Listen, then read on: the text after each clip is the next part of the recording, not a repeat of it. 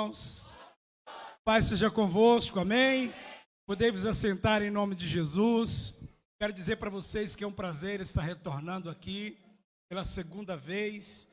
Louvado seja Deus. Apocalipse capítulo 2. Eu fiquei muito feliz, irmãos, pelo convite, mais feliz ainda pelo tema. O céu é o meu lugar. Diz assim, Apocalipse capítulo 2. Escreve ao anjo da igreja que está em Éfeso. Isso diz aquele que tem na sua destra as 7 estrelas, que anda no meio dos 7 castiçais de ouro. Eu sei as tuas obras e o teu trabalho e a tua paciência, e que não podes sofrer os maus, e pusestes à prova os que se dizem apóstolos e não são, e tu o achastes mentirosos, e sofrestes e tem paciência, e trabalhaste pelo meu nome, e não te cansastes. Tenho, porém, contra ti, que deixastes o primeiro amor. Lembra-te, pois, de onde caístes, e arrepende-te, e pratica as primeiras obras. Quando não brevemente a ti virei, e tirarei do teu lugar o teu castiçal, se não te arrependeres. Tens, porém, que aborreces as obras dos nicolaítas, as quais eu também aborreço. Quem tem ouvidos, ouça o que o Espírito diz às igrejas. Ao que vencer, dar-lhe-eis de comer da árvore da vida, que está no meio do paraíso de Deus. Digam amém. Coloca a tua mão direita sobre o teu peito, diga: Deus, fala comigo. Diga: eu preciso ouvir a tua voz. Amém? Agora coloca a tua Bíblia no teu assento e dê a melhor salva de palmas para Jesus. Aleluia. Glória a Deus. Glória a Deus. Aleluia. Podei-vos assentar. Queridos, eu queria que você dobrasse a sua atenção para aquilo que nós estaremos compartilhando da parte de Deus nesta noite para os amados. Algo que tem muito a ver com esse tema que estamos trabalhando nesses dias de louvor de verão. Preste atenção. É que eu vim da Bahia esses dias aí. Inverno, louvor de inverno. Preste atenção nisso aqui. Nós não apenas temos um tema muito bonito, não temos apenas uma informação muito bacana. Aliás, o céu é o lugar, o céu é o nosso lugar. Como é bom, como é maravilhoso ouvirmos algo desse tipo. Isso alegra muito o nosso coração e nos motiva a cada dia a caminhar com Cristo. Mas entenda você que a partir do momento em que nós aceitamos a Jesus como Salvador das nossas vidas, escuta isso. Precisamos verdadeiramente crer que o céu é o nosso lugar. O céu é a nossa casa eterna, é onde iremos passar a nossa eternidade. Agora entenda isso.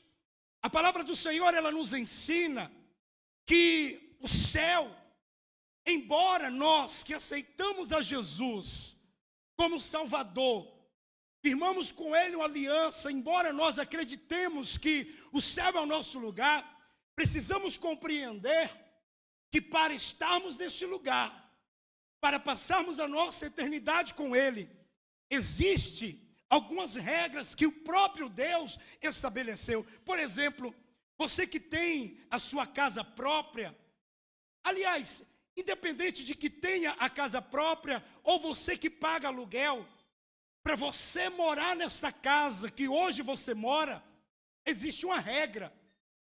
Aliás, a principal dela é o quê? O dinheiro.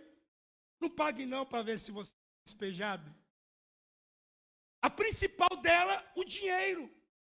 Tem que se pagar um preço. Existe uma regra para você morar na casa que hoje você mora. Pastor, por que você está dizendo isso?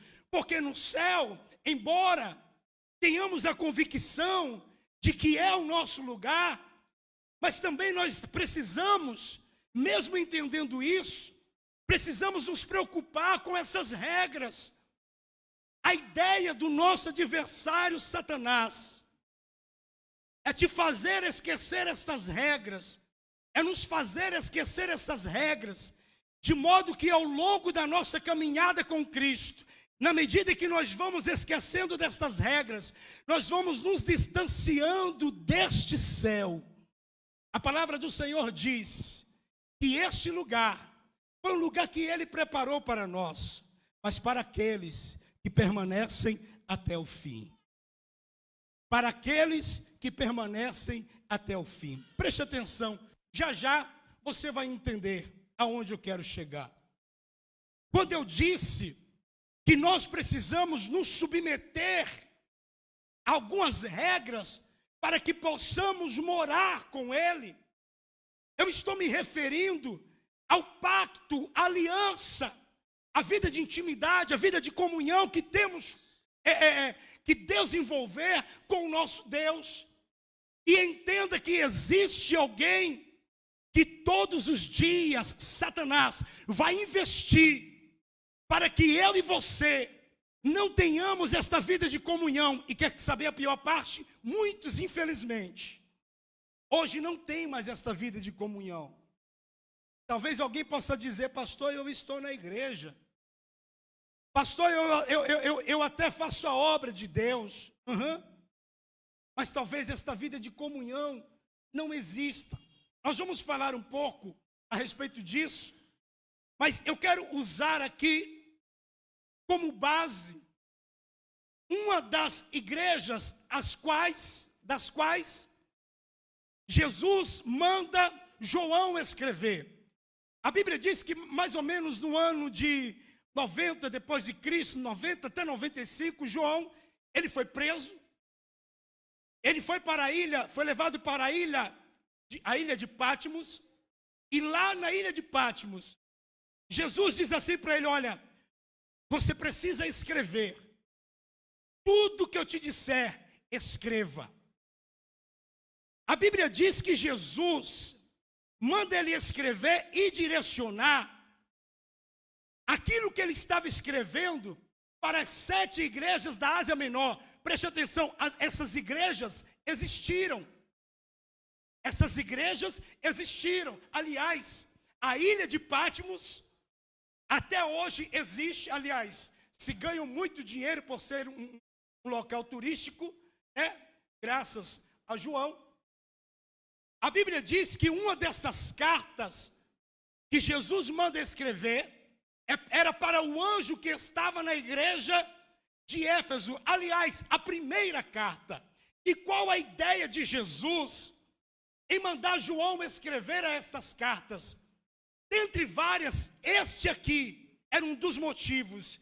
Aquelas igrejas que estavam começando, aquelas igrejas seriam uma referência para as igrejas que viriam nos séculos seguintes, até chegar aqui. E que não pode sofrer mal se pusesse à prova os que se dizem apóstolos e não são. Imagine o anjo da igreja de Éfeso ouvindo isso. Isso é coisa boa ou é ruim? Boa. Eu sei as tuas obras. Ele começa elogiando ali.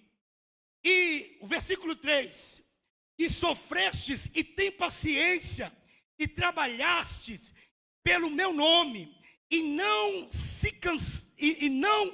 te cansas. Imagine o anjo da igreja, ouvindo aquilo, dizendo: não, eles estavam ouvindo uma coisa boa, sim ou não? Aí ele continua dizendo: tenho, porém, contra ti, que deixastes o primeiro amor. Aí imagine o cara que está lá.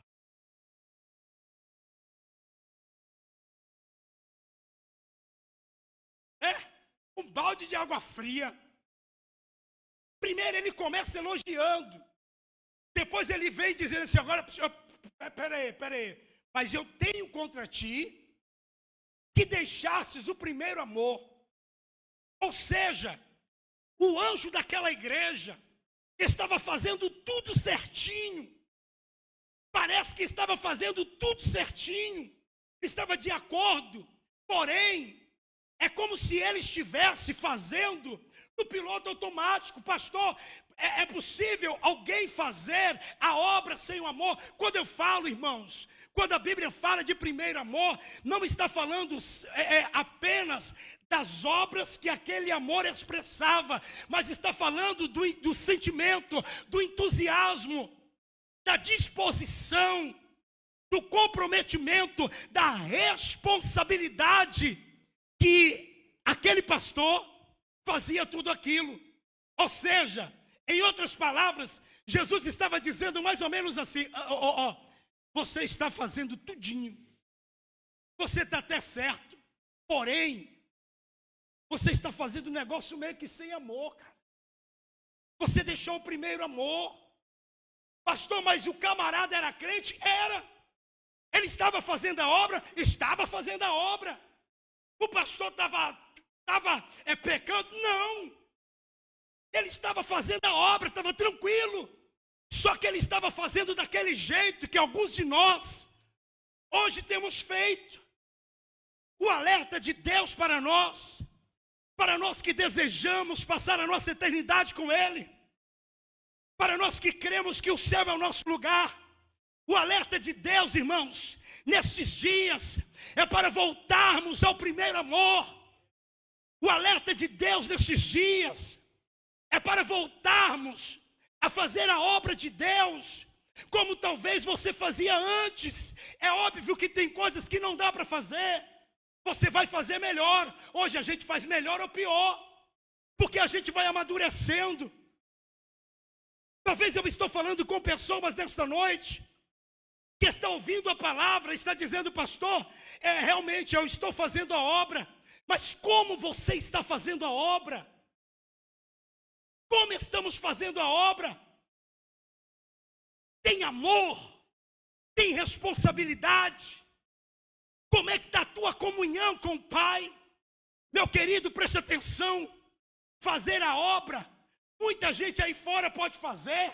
Aliás, no altar, tem gente que dá 1000 aí fora, que dá 1000-0 na gente, irmãos. Para cantar, para tocar. Tem gente que dá 1000-0 em nós. Quantos... não vale nada não vale para o lado. Que tem pessoas, tem gente do mundo colocando o crente para chorar. Quer ver como? Sabe aquelas músicas lá? Aquele louvor lá. Em vez de você ficar. Aliás, não é nem um louvor, não é louvor, não, né?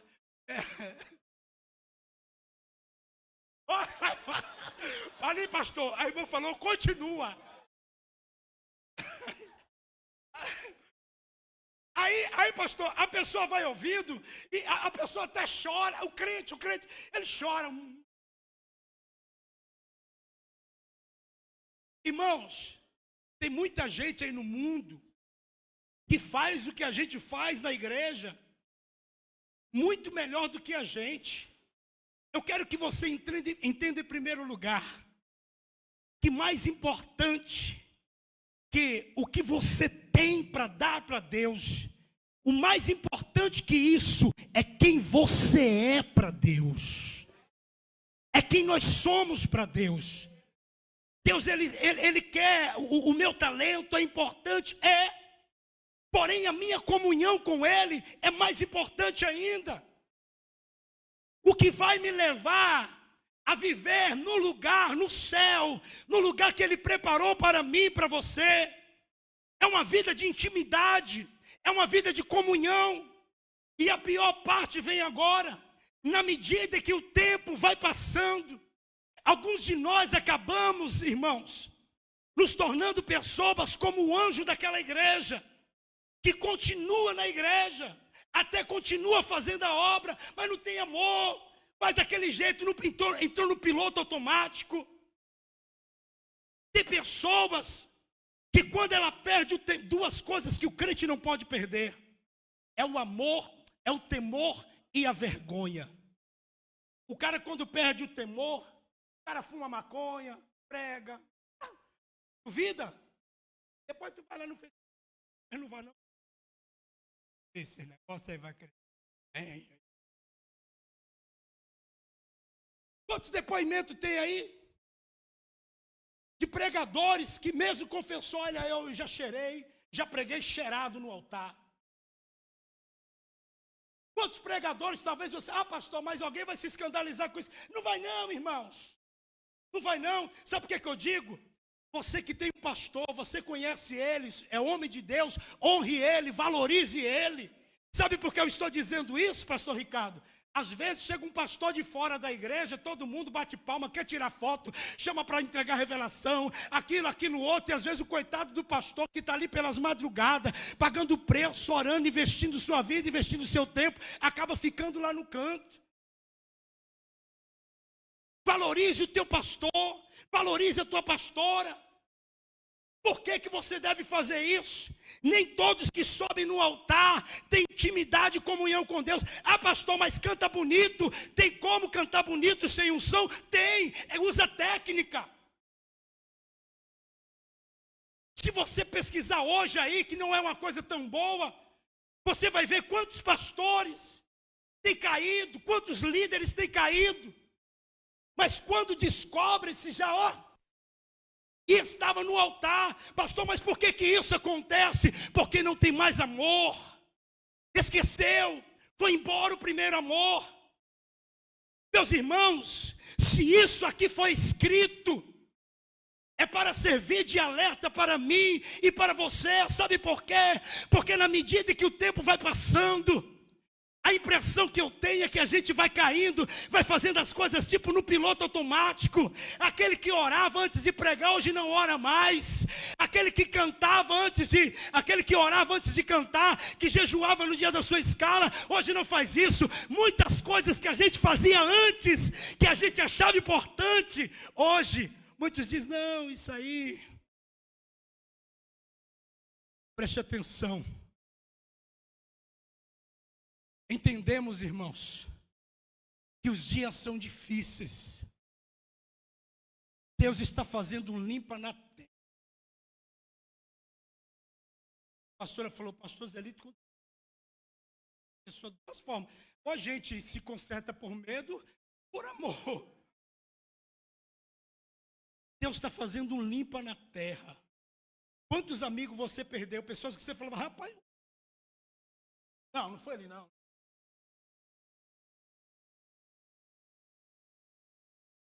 Quando a gente sabe, né, um amigo muito próximo morreu, qual o primeiro sentimento que a gente tem? Vixe, Jesus, eu vou me consagrar.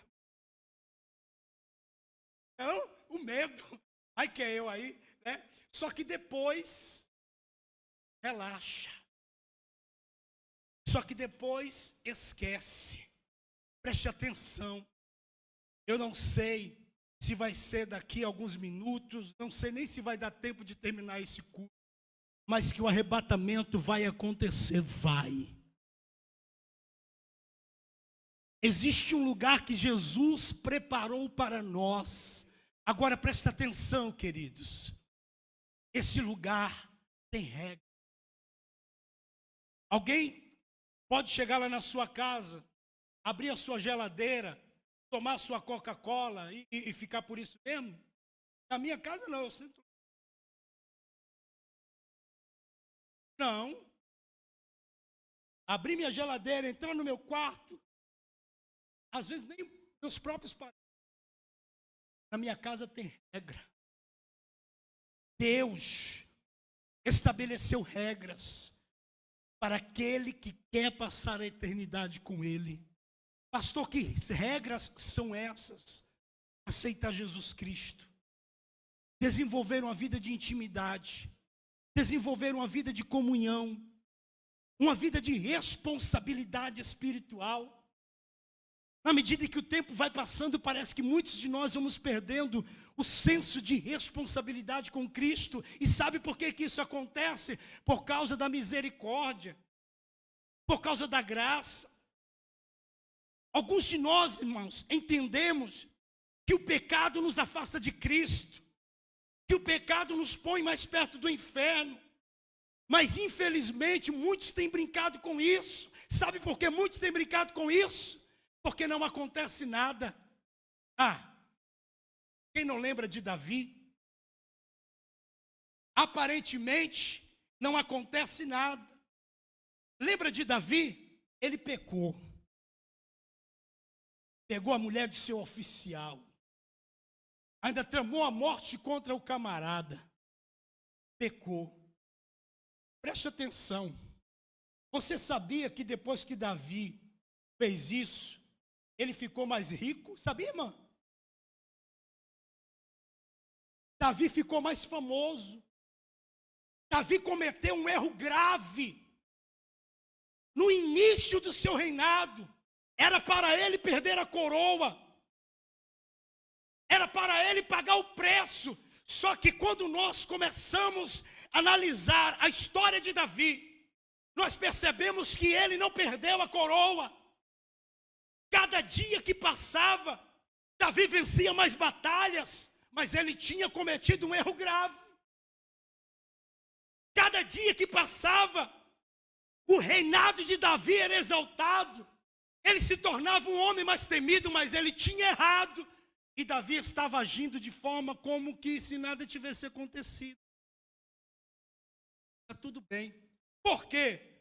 Ele pecou. Continuou sendo rei. Continuou sendo famoso. Tipo assim, não, Deus entende. Deus me compreende. E o tempo foi passando. Davi não ficou mais pobre não, irmão. Davi não ficou menos famoso não.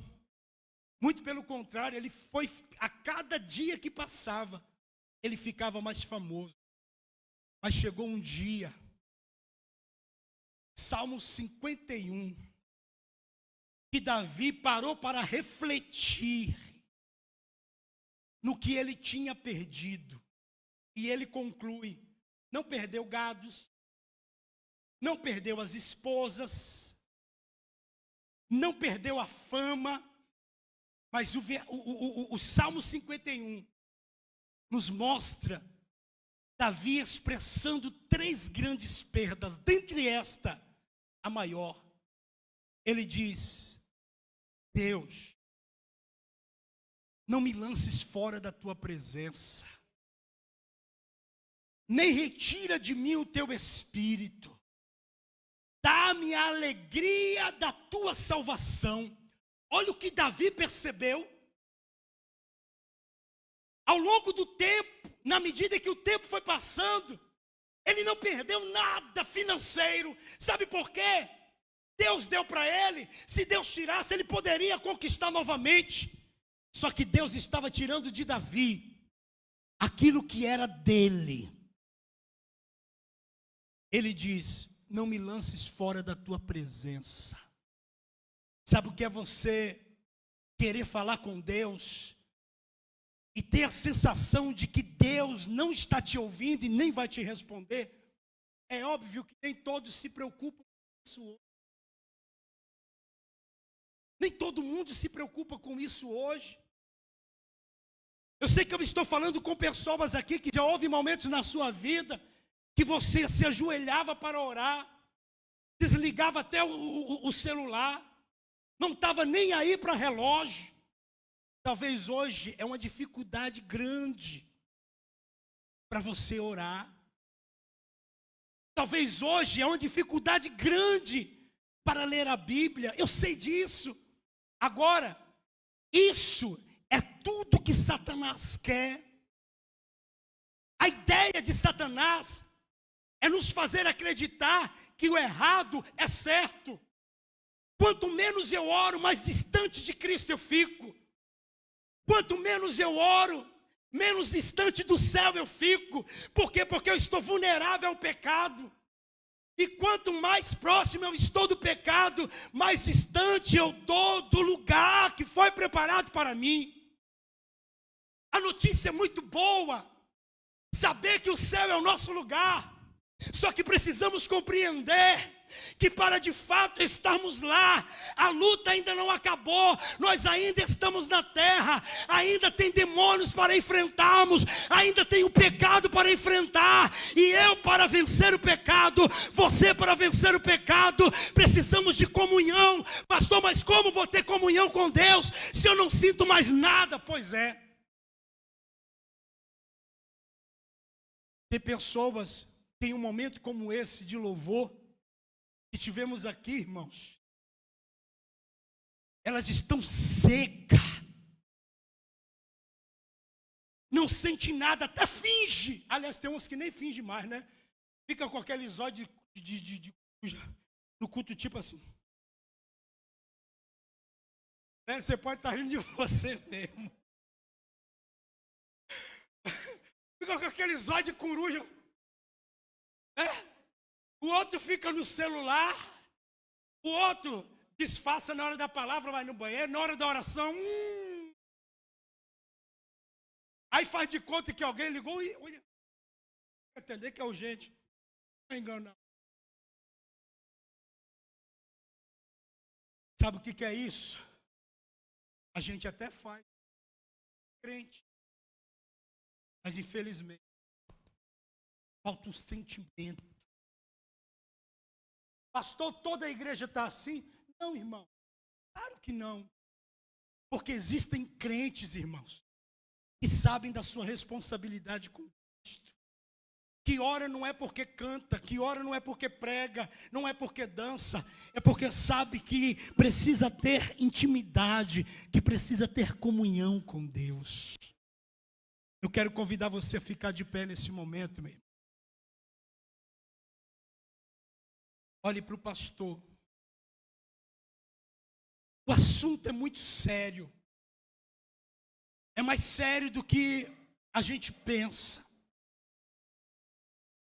A Bíblia diz que Davi estava vivendo a vida dele tranquilo. Só que ele percebeu que ele estava perdendo as coisas mais importantes da vida dele. A presença, o Espírito e a alegria da salvação. Irmão, crente quando perde a alegria da salvação, acabou. Ele peca, não está nem aí. Lembra que eu falei duas coisas que o crente não pode perder? O temor e a vergonha. Quando ele perde o temor, ele peca. Vai apronta, pega a mulher, fuma maconha, vê pornografia. Ele fala, não, Deus tá, não, só Deus está vendo, Deus me entende. Ele sabe que é só Deus. Agora, ele perdeu o temor. Agora, quando perde a vergonha, o cara não está nem aí, aí começa a postar foto com a lata de cerveja. Duas coisas que nós não podemos jamais perder. O temor e a vergonha. Preste atenção, irmãos. Estamos em uma noite muito alegre. E nesta noite de alegria, eu venho trazer para você motivação. Pastor, o que é motivação? Motivos para uma ação. Motivos para você continuar desejando morar no céu. Mas não podemos esquecer das regras. É maior. Cadê a banca?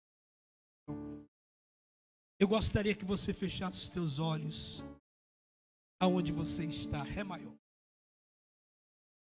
Eu não sei, queridos. Talvez eu estou falando com você que até vem na igreja. Talvez eu esteja falando com você que até tem um cargo na igreja. Mas talvez você olhe para dentro de você e percebe que há um vazio.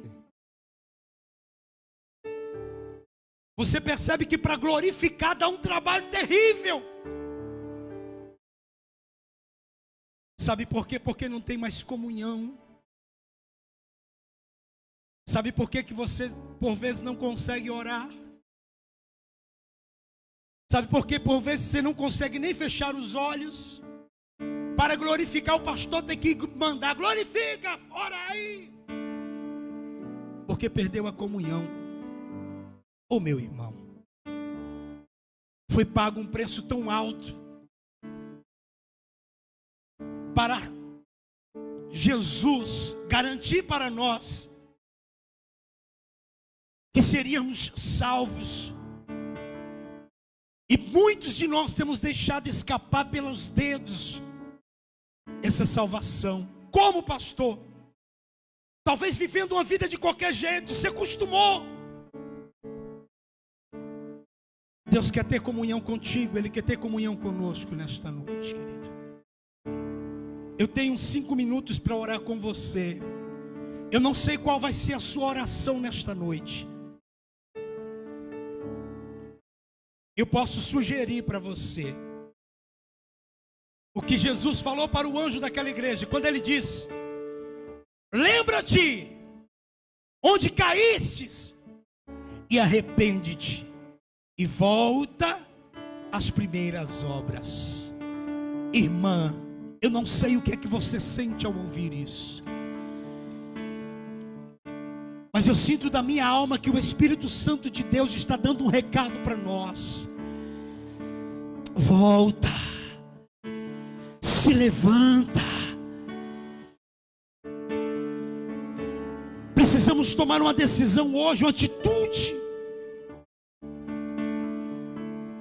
de dizer para Ele: Pai, eu preciso voltar, eu preciso recomeçar. Que tal se você orar isso agora?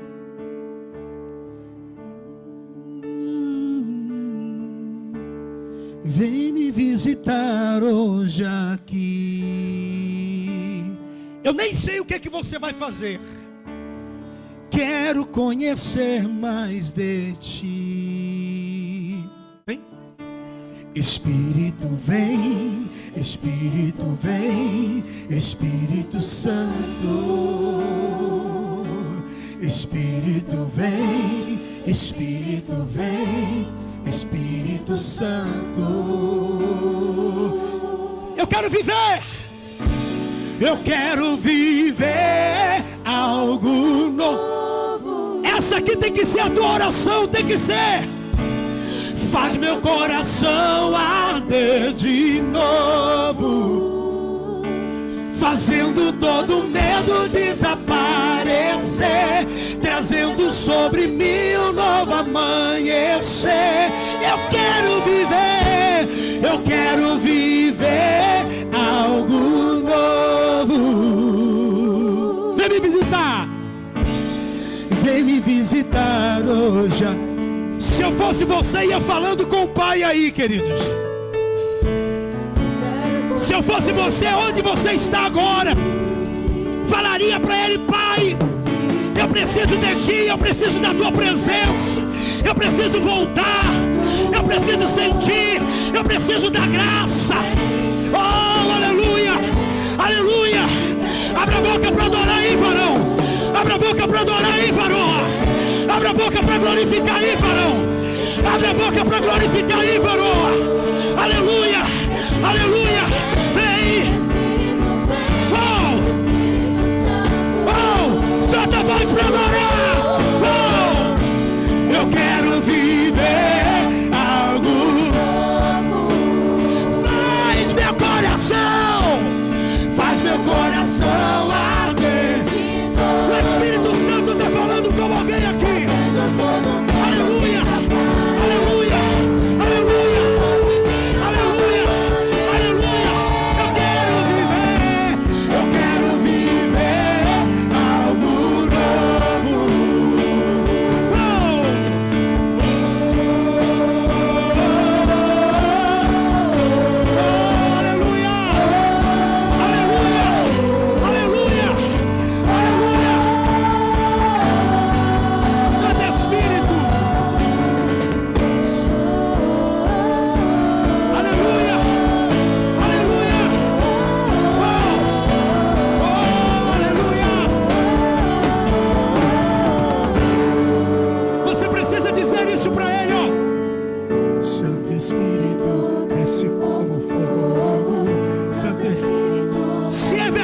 levanta a mão. Se é verdade, levanta a mão